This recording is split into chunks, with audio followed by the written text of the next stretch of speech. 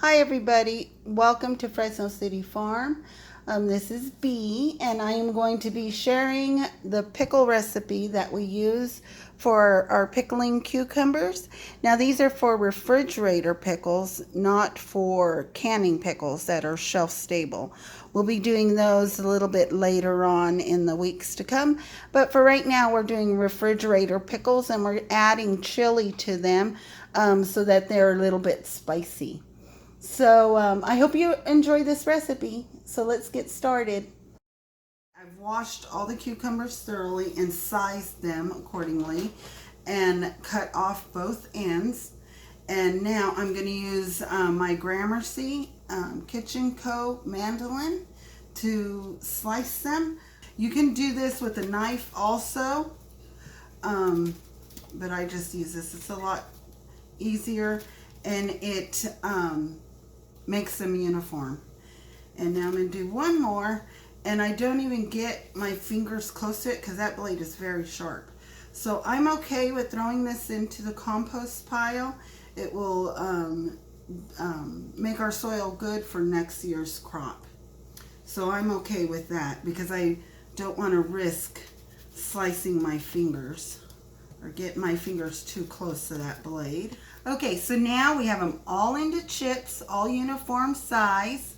And I also added some of the very ripe Fresno chilies to make them a little bit spicy. I have my canning funnel here and my clean jar. And so I'm gonna go ahead and fill the jar with the pickles.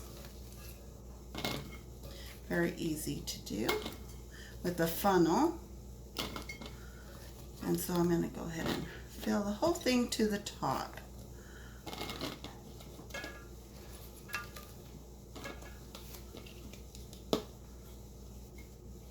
And then, let me move this out of the way, shake the jar a little bit so that I can make sure that I have enough space in there, because I do not want to go all the way to the top.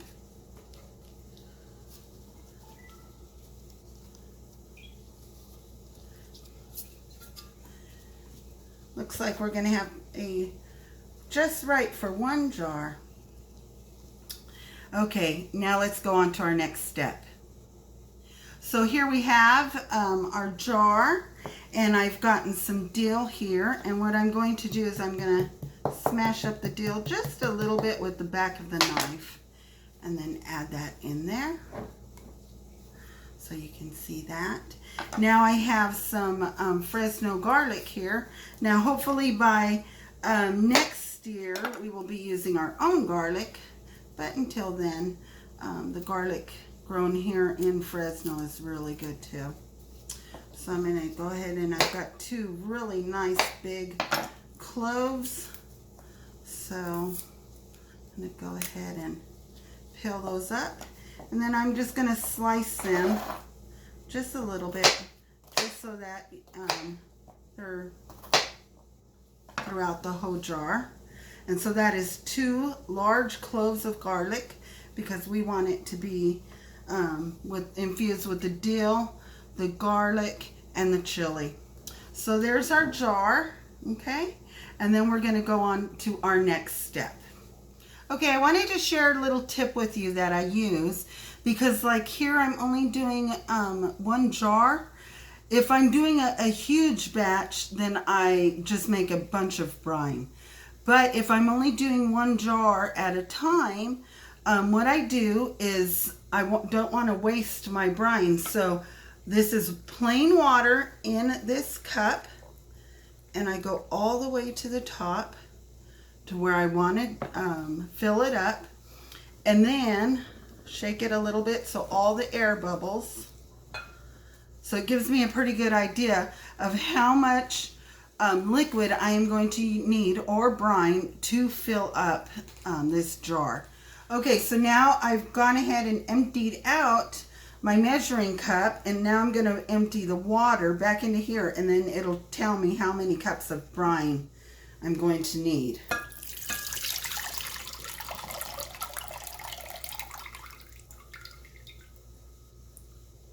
Okay, So it tells me that I need exactly 2 cups of liquid or 2 cups of brine to fill this jar. Okay. We've already determined that we need 2 cups total of brine. So I have a 1 cup measuring cup, and I'm going to use 1 cup of drinking water. We have city water, and our water has chlorine in it. So this is just a regular drinking water. And then I'm going to add the vinegar. And it's 5% white distilled vinegar. We get it at Winco. You can also get it at Walmart or any really grocery store. So I'm going to add 1 cup of that for a total of 2 cups. Okay.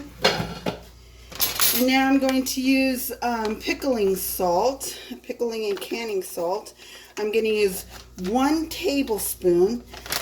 Now you can use how much you want. Everybody's different how much salt intake they want with their pickles.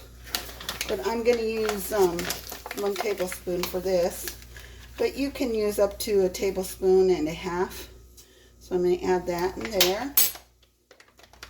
But just make sure that you use a pickling salt and not a regular table salt.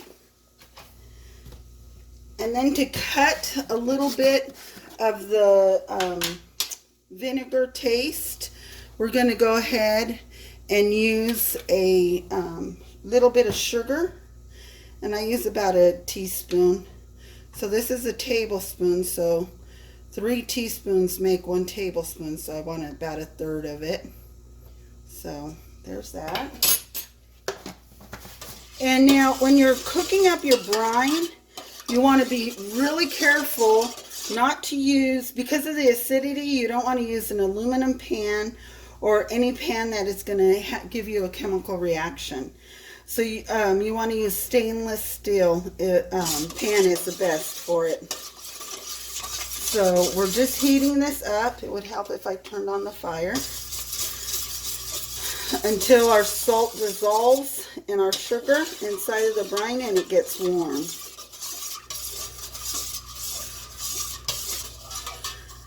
And so I bring it to a simmer, and then once it's simmered, then I shut it off, and then we'll come back to that.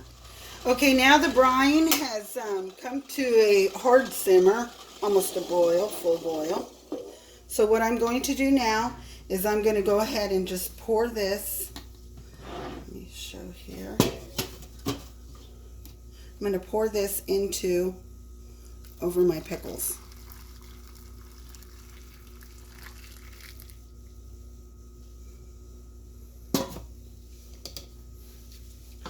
Okay, and then let's see. And now what I'm going to do is I'm going to make sure I have at least 1/2 inch of headspace on the top. And you can see how some of my pickles are above the water. So I just, maybe when it simmered, I needed just a little bit more brine. Once it cools down a little bit more, I'll just add a touch of water in there. Probably need about couple of tablespoons, but I want to make sure that my jar is filled up to 1/2 inch. And then I'll go ahead and put my lid. And these jars and these lids I purchased here in Fresno, and I use them for the refrigerator, pickling, and things like that. I do not use these jars in the pressure cooker for canning like soups and meats and stuff like that. But for a hot water bath and things like that, they work perfectly. Now, pretty much we're done with our recipe. You can add whatever kinds of seasonings that you want. There's pickling spices that you can get. There's peppercorns, anything you want to put in here. We kind of just like it just like this. And then you are going to put them in your refrigerator, and you're going to let them set for at least 2 weeks. The longer they set in the refrigerator, the better that they will taste.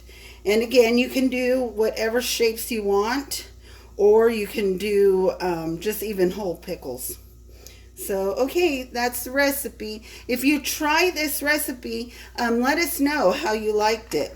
I'm just going to add that just a little bit right there and then wait till this cools down again, and then I'll just put a little bit more water in it so that it goes all the way to the top, and then put it in the refrigerator, and then in 2 weeks it'll be ready to munch on with some sandwiches. Okay, until next time, I'll talk to you later. Bye.